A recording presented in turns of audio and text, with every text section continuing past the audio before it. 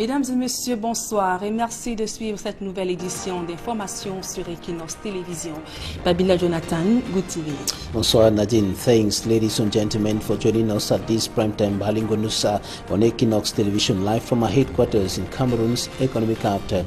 Douala. In our top stories, floods have left one person dead in Chang in the west region of the Republic of Cameroon. This was during the heavy downpour that hit the town yesterday, and the mortal remains of the veteran sports journalist Zakarinko have been laid to rest. The burial took place today in the southwest regional chief town Boyan. Out of Cameroon, Rwandan President Paul Kagame gets a third term in office. He won the presidential elections by 98.66%. C'est un drame qui brise le cœur des familles à Sanchouf, dans le département de la Menoie. 2 enfants ont trouvé la mort à la suite des inondations survenues hier. La forte pluie qui s'est abattue toute la journée de vendredi a également occasionné d'importants dégâts matériels. Dernier commentaire sportif de Zakariko. Le journaliste sportif de renom a été inhumé ce samedi à Bouya, dans la région du sud-ouest Cameroun. Voilà pour le sommaire.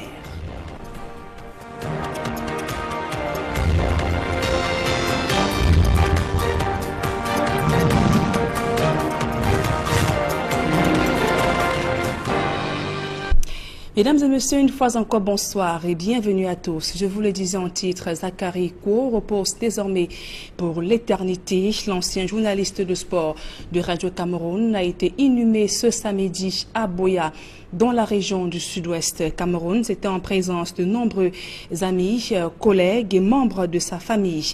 Et plus tôt en matinée, le corps de celui qu'on surnommait affectueusement Oncle Zach a été levé à la morgue de l'hôpital régional de Boya. Une messe de recueillement a suivi à la paroisse universitaire Saint-Pierre et Paul de Moliko. En rappel, c'est le 4 juin dernier que la maladie a eu raison de lui. Zakariko, cette figure majeure de la presse sportive au Cameroun, est décédé à l'âge de 69 ans. Groupé du gouvernement et de la Fédération camerounaise de football contre ses détracteurs. Face à la presse hier à Yaoundé, les ministres de la Communication, celui des Sports ainsi que la Fédération camerounaise de football ont rappelé que malgré les changements de cahier de charges, le Cameroun réussira l'organisation de la CAN 2019. Emmanuel Diop à Cyril. Du gouvernement, accompagné de la Fédération camerounaise de football, pour parler de l'organisation de la CAN Cameroun 2019. D'abord, le ministre de la Communication, Issa Chiroma Bakari, fustige l'attitude de ceux qui, du fait du retard accusé dans la préparation et du changement du cahier des charges, pensent que le Cameroun ne sera pas prêt pour la CAN 2019. D'autres, malheureusement, ont plutôt préféré ramer à contre-courant de la volonté nationale, vouant par là aux hégémonies les capacités de leur propre pays à se situer à la hauteur de ses engagements. Une telle posture venant de surcroît de la part de certains Camerounais eux-mêmes est incompréhensible. Elle est surtout inadmissible, intolérable et pourrait être considérée comme une véritable trahison, un acte d'hostilité contre sa propre patrie. Ensuite, le ministre des Sports et de l'Éducation physique, Pierre Ismaël Bidounkpat, s'appesantit sur la capacité du Cameroun à pouvoir se réajuster en fonction des nouvelles exigences de la Confédération africaine de football. Organiser, c'est prévoir, c'est réajuster, c'est corriger, c'est intégrer. Donc maintenant, nous avons le temps de prendre tous ces éléments, d'enrichir notre expérience et notre créativité en intégrant cela. Où y a-t-il problème pour qu'on pense qu'il y aurait eu mauvais jeu ou non, respecté, des règles non respectées, quand tout est positif pour un grand pays qui va célébrer pour la première fois une grande fête et qui a cette opportunité qui va être un succès historique. Enfin, la Fédération camerounaise de football, la FECAFOOT, s'appuie sur le gouvernement pour soutenir ce que d'aucuns appellent un changement de règles de jeu en plein match. Ayant reçu le soutien du gouvernement, la Fédération camerounaise de football soutient ce changement parce que c'est une occasion pour montrer à ceux qui pensaient que le Cameroun n'était pas capable d'organiser une CAN à 25. C'est une occasion donc pour le Cameroun de montrer qu'il est un grand pays. Initialement prévue pour 16 pays, la CAN 2019 et celles qui vont suivre se disputeront avec 24 pays. Le tir groupé du gouvernement et de la Fédération camerounaise de football vise à convaincre les sceptiques sur la capacité du Cameroun à réussir l'organisation malgré tout. Dans le reste de l'actualité, l'arrondissement de Sancho, dans le département de la Menoie, région de l'Ouest Cameroun, pleure 2 de ses enfants portés par les eaux. La ville de Tchang n'a pas été épargnée de la forte pluie qui s'est abattue toute la journée d'hier dans la ville. D'importants dégâts matériels ont été enregistrés et une fillette de 9 ans est toujours portée disparue. Leclerc Sakem, Donald Anozoa. C'est calé et quand on fait à mesure que... Les habitants des quartiers Régie, Madagascar, Mosquée, Timfem, Mendang, dans la ville de Tchang, ont les pieds dans l'eau. La forte pluie qui s'est abattue sur la ville a causé d'importants dégâts matériels. De l'infiltration des eaux dans les maisons d'habitation, en passant par des routes inondées, les populations, encore sous le choc, dressent le bilan à mi-parcours de ce qu'elles qualifient de catastrophe. Je suis tombé directement dans l'eau et surtout maintenu au niveau de cuisse. Et je n'ai jamais vu. Donc c'est pour ça que vous voyez, même la maison est pleine d'eau, tous les chambres, on est obligé d'enlever tous les affaires dedans pour envoyer chez les voisins. La municipalité, qui n'a cessé de curer les drains au lendemain des inondations de 2004 à Tchang, reconnaît que beaucoup reste encore à faire. C'est vrai, il y a eu changement climatique. Il a plu depuis plus de 10 heures du temps et successivement des pluies torrentielles. C'est vrai aussi qu'il y en a entre autres causes des obstructions des lits d'eau. Nous avons fait ce qu'on pouvait faire, mais il reste encore à faire. Vous avez vu en face de moi, il y a des maisons qui sont construites. Sur ce qu'on peut appeler la zone Kandi. Donc en principe, on ne devait pas construire ici. La forte pluie qui a arrosé tout le département de la Menoie a fait des victimes dans l'arrondissement de Sanchou où les inondations ont causé la mort de 2 enfants. Et les populations autochtones de Magouigues à Ezeka dans le département d'Union Ekele vivent dans des conditions précaires. En prélude à la célébration de la 23e édition des peuples autochtones qui se célèbre le 9 août prochain, elles ont porté leur doléance au ministre des Affaires sociales en visite dans cette localité il y a quelques jours. Joël Niem, Mirabel Mazo. La situation des peuples autochtones de Manguingues dans l'arrondissement d'Ezeka est alarmante. Cette rivière, étouffée de hautes herbes, est la principale source de ravitaillement en eau de la localité. On a des difficultés. Nos eaux que nous buvons sont des eaux sales. 2, nous n'avions pas les champs pour manger. Donc à chaque fois que nous faisons des efforts pour travailler, et les chiviers même qui sont en brousse nous dérangent. Finalement, ça ne vient pas. L'accès à Manguingues est très laborieux. Du fait du désenclavement excessif des routes, les populations crient au secours. Nous prions donc à ces gens qui veulent nous aider de faire à chaque fois qu'ils veulent nous voir d'arriver dans nos territoires eux-mêmes et que de nous d'envoyer les gens. Parce qu'il y a parfois d'autres ne viennent pas nous payer. Nous sommes allés comme ça. Cette partie du pays est occupée par le peuple bantou et le peuple autochtone. 3 villages sur 5 que compte cet arrondissement baignent dans l'obscurité. Ceux qui ont accès à l'électricité font face à des coupures intempestibles. Les malades ont rarement la possibilité de recevoir des soins du fait de la rareté des hôpitaux, de l'absence d'une équipe médicale et aussi de l'absence d'un plateau technique adéquat. Il y a un dispensaire, l'infirmier qui est seul et toujours empêché.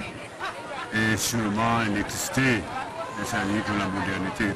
Les populations autochtones, on souhaite donc qu'elles aussi soient revenues à la modernité. Une population sans eau, sans école, sans dispensaire, sans centre de santé et sans électricité surtout, est une population vouée à abandonner cette vie, aller peut-être en ville. système d'exode rural. Ils ont saisi l'occasion de la visite du ministre des Affaires sociales pour implorer des appuis pour l'amélioration de leurs conditions de vie. Et la localité de Loum, dans le département du Mungo, est confrontée à d'énormes difficultés qui plombent son développement socio-économique. Absence de route, insuffisance des personnels dans les services administratifs ou encore du plateau technique dans les formations sanitaires. Voilà entre autres problèmes qui minent la tranquillité de ces populations. Et c'est dans ces conditions que le nouveau sous-préfet Zoa Pascal a effectué sa tournée de prise de contact. Jacquino Molon et Julien Bertebissaï. Les bâtiments publics à Loum croupissent dans un état de délabrement très avancé. Ici, à l'inspection de l'éducation de base, toile d'araignée et promiscuité présentent le manque d'entretien de ces lieux. Cette image peu réluisante est aussi perceptible dans plusieurs autres services publics de Loum. Les autorités sont mécontentes. Certains services sont dans un état de délabrement et même d'abandon et les absences irrégulières et les gens qui fuient leur poste pour des raisons qui ne sont pas acceptables. Certains services fonctionnent à peine parce que n'ayant pratiquement pas de personnel, si oui, personnel se réduisant. Pour elle, l'absence de drapeau flottant dans ces services publics relève du non-attachement à sa patrie. Ce qui identifie un service public, c'est d'abord le drapeau, ensuite la plaque. Certains tiennent encore le pas et le message que j'ai eu à passer dans chaque service, c'est que la première exigence de l'autorité administrative que je suis, c'est d'abord ce symbole. Le sous-préfet de Loum, au cours de sa visite, en a aussi profité pour remonter les bretelles à ses subordonnés désinvoltes. Il ne faudrait pas que moi j'appelle un responsable d'un service, même si c'est à 24 heures, qu'il ne soit pas joignable. Ça peut être une obligation ou alors c'est sa hiérarchie technique qui voudrait passer par la hiérarchie administrative que je suis pour avoir certaines informations. À côté de ce chapelet de problèmes, s'ajoute l'insuffisance de plateaux techniques dans les formations sanitaires de Loum. On a une insuffisance de personnel, pour pouvoir faire fonctionner le centre. Nous recevons beaucoup de malades et qu'on neutralise aussi en même temps. Mais il n'y a pas de locaux. C'est pour ça qu'on a oublié de doubler les malades deux malades par lit.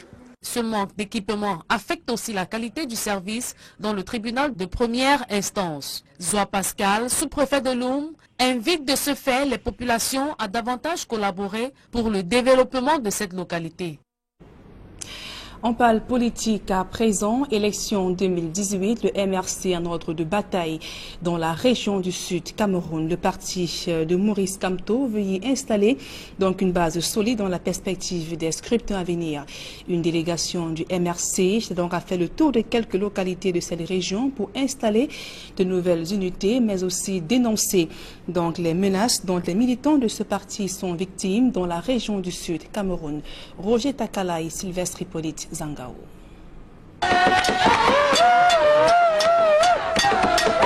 C'est dans une ambiance bon enfant que la délégation du MRC a été accueillie à Konda à Nuzok, un village situé à 7 km de la ville d'Ebolova, dans la région du Sud. Thierry Okala Ebodé et ses camarades du mouvement pour la renaissance du Cameroun sont allés installer une unité du parti dans ce village. L'initiative s'est produite dans un contexte marqué par les craintes des militants du parti de Maurice Kamto, qui affirment subir régulièrement des menaces dans plusieurs localités de la région du Sud. On peut être militant du MRC à l'ouest comme au sud, dans l'extrême nord et peu partout. Il n'y a pas de barrière à cela. C'est le jeu démocratique. La démocratie, c'est ça, c'est la pluralité de voix, c'est la pluralité des partis politiques, c'est la pluralité des opinions. On ne peut pas stigmatiser, frustrer M. Evina, le menacer, le camarade Evina, simplement parce qu'il est militant du MRC. Le MRC ne l'acceptera pas. J'invite ses camarades qui font preuve d'un certain courage à ne pas céder aux tentations, à ne pas céder à la corruption, à ne pas céder aux intimidations. Avant les prochaines échéances électorales, le MRC veut faire de la région du Sud l'une de ses bases solides. Il n'y a pas un seul coin du Cameroun qui doit être absent n'est-ce pas, dans la comptabilité du MRC. Lorsque nous ferons l'inventaire en 2018, il faudra bien que Koda News soit compté parmi les localités, parmi les villages qui auront contribué, n'est-ce pas, à la victoire du MRC, à la victoire de son président national à l'élection présidentielle. Nous n'oublions pas, naturellement, les élections intermédiaires. Il faudrait bien que le MRC soit présent au conseil municipal des Bolova du Sud, que le MRC compte des députés dans le Sud. Et donc tout cela passe par la mobilisation, par l'implantation, n'est-ce pas, des camarades, quels que soient les coins du Cameroun et du Sud. Le mouvement pour la renaissance du Cameroun n'a donc plus que quelques mois avant les scrutins prévus en 2018 pour atteindre ses objectifs dans la région du Sud. Et on parle à présent de la lutte contre Boko Haram. Une aide financière a été apportée donc au comité de vigilance de la région de l'extrême nord Cameroun, des volontaires. Donc ils n'ont pas hésité à mettre de leur vie en danger pour renforcer la sécurité dans cette partie du pays. Le reportage d'Amadou Daïro et de Gladys Sidi.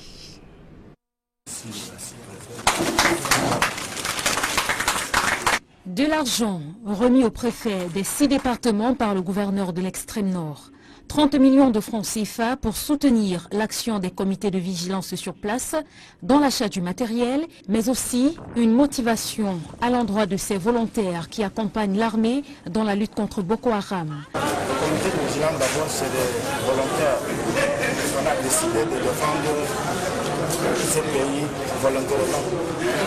Quand les sénateurs font comme ça encourage même le comité de vigilance, même celui qui n'a pas trouvé 5 francs, il entend ce qu'il est content, il est courageux, il a le courage d'aller faire travailler les autres plus.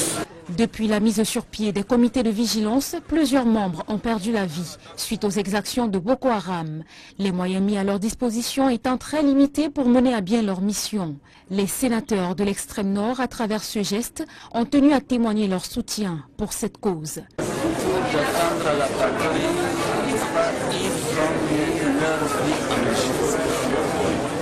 Ils ont épaulé nos forces de défense et de sécurité. Alors, c'est des frères qui méritent. C'est juste. Malheureusement, il est encore souffrant parce que 30 millions pour le travail abattu, c'est...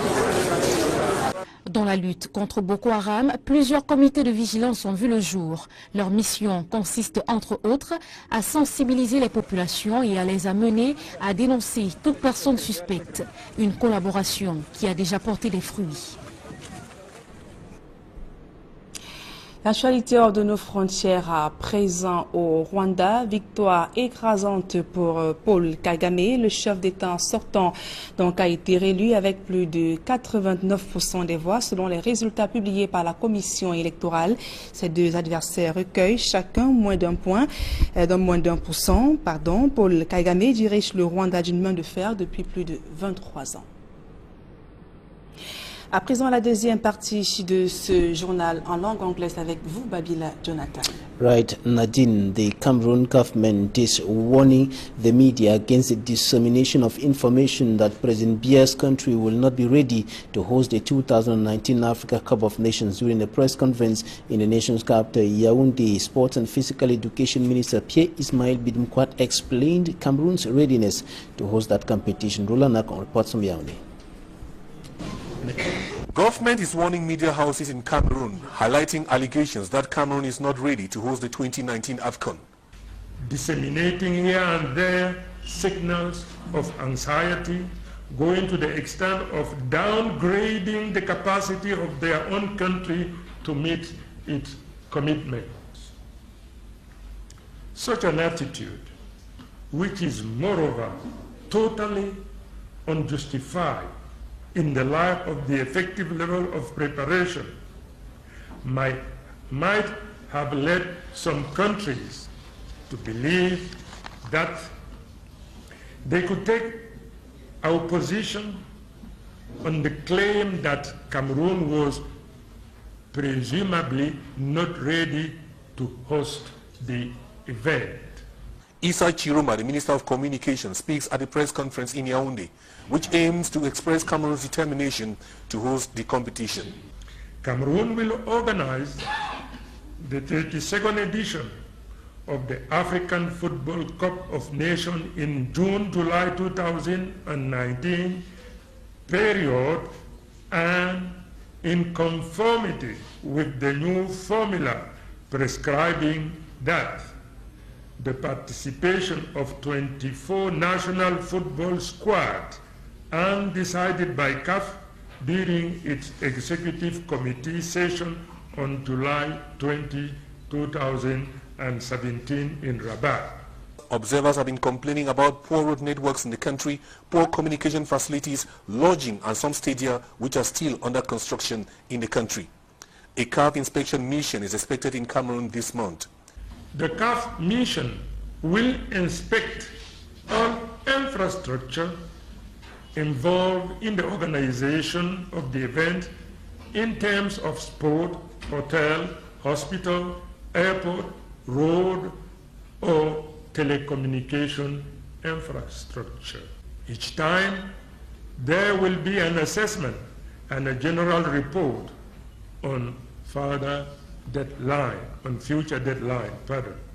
Tombi Aroko Siliki, the president of Fika Food, says descriptions to be presented to the CAF team will be based on the 16 countries' agenda and not the 24 new formula.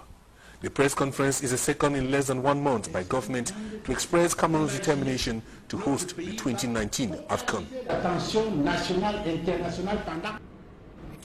One of the veteran sports journalists who was very active during such competitions, Zakarinko, fondly known as Uncle Zak, was laid to rest today in the southwest regional capital, Buea. His burial took place at the compound of his elder brother, and his mortal remains were removed from the Buea Regional Hospital mortuary today and taken to his brother's residence at Camp 6 neighborhood in Buea, later to the St. Paul and Peter Parish Moto in Moliko, where a funeral mass took place, and the corpse was later transported to his brother's residence in Camp 6 neighborhood, where burial took place. And in a related story, the lead publisher of the Chronicle newspaper, Eric Mutomo, has been described as a rare journalist who set the pace in the media in Cameroon, notably in the media landscape, and his daring attitude throughout his career was equally appreciated by the persons who attended his funeral ceremony today in the northwest regional capital, Bamenda. And of course, Frederick Mutome, or Eric Mutome, who is one of the renowned journalists who took part in reshaping the country's media landscape, and he leaves behind 2 daughters and relatives to mourn him. He died at the age of 59, and some journalists in the northwest regional capital, Buea, Rose Abba Aya, and Lucas Tenning spoke to our northwest correspondent, Stella, and this is what they said.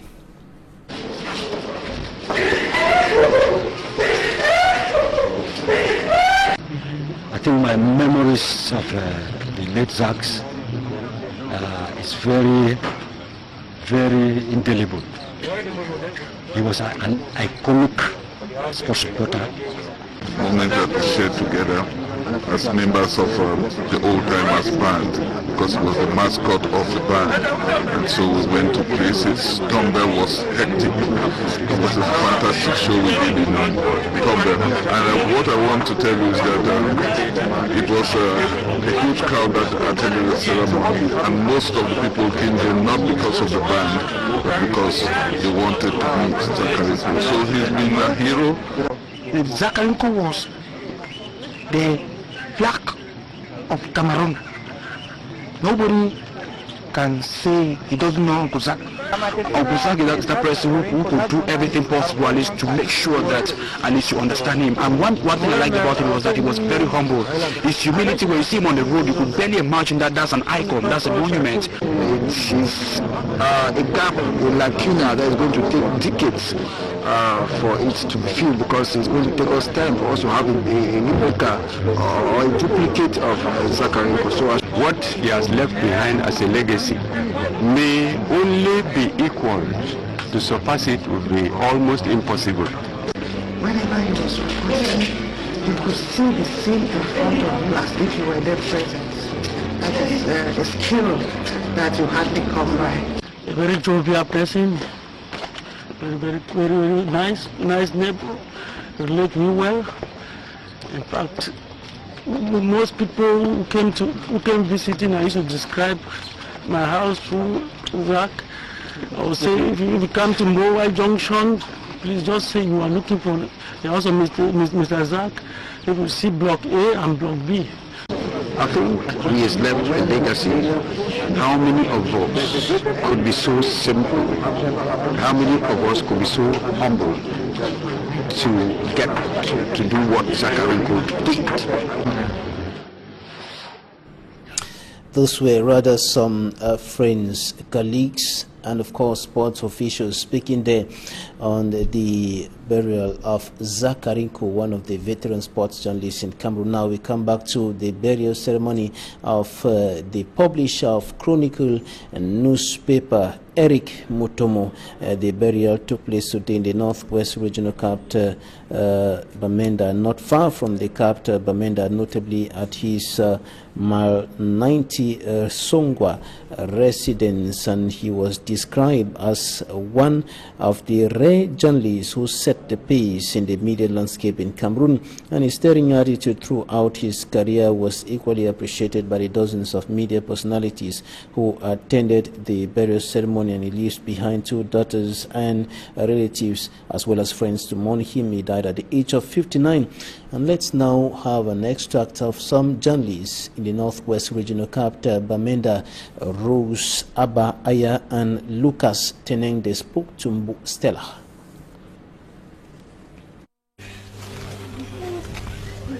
And I must say he was really an icon, a media guru in the Northwest. He was a no-nonsense journalist, and he could go for what many journalists are afraid these days to do. He was very daring. Just a few of us could do what he could do. We enrolled in the University of Yaoundé in 1988. I had the opportunity to sit on the same bench with him. I had the opportunity to sit on the same bench with him and George Wane and Kangé Beneza. Later on, we've shared a lot together. They've lost an advisor, they've lost a leader, they've lost somebody who had a lot of values in him, they've lost a professional who was ready to give advice or ready to show the way for other young journalists that were coming up. I told you in the headlines that floods left 2 persons dead in Chang in the west region of the Republic of Cameroon, and this was during the heavy downpour that hit the city yesterday. And inhabitants of Chang described what happened in that part of the west region as catastrophic, notably looking at the loss in human life as well as destruction of properties with water that invaded or runoff that invaded several homes in Chang, the west region of the country, leaving 2 persons dead. Now we take you to the southwest regional capital, Buea, where a top military official has been commissioned into his functions. He is the commander of the Motorized Infantry Battalion. He has been commissioned into his functions, and he has vowed to ensure the security of persons and properties in the southwest region of the country. Now, back here in the economic capital, we talk about some certificates awarded to students of the University of Chang, and the administrative officials of the university have handed over certificates to students of the that higher institutions of learning, and the recipient of the certificates were students who studied in the university from 1998 to 2014. Out of Cameroon, Rwandan President Paul Kagame has obtained a 3rd term in office. He won the elections by 98.66%. He came ahead of 2 other candidates who were contesting for the presidential seat. It should be noted that since 2003, he has been obtaining a landslide majority in the elections in that country. And that's it for this edition of the Bilingual Primetime Newscast on Equinox Television. Thanks for staying with us. Good night, Nadine.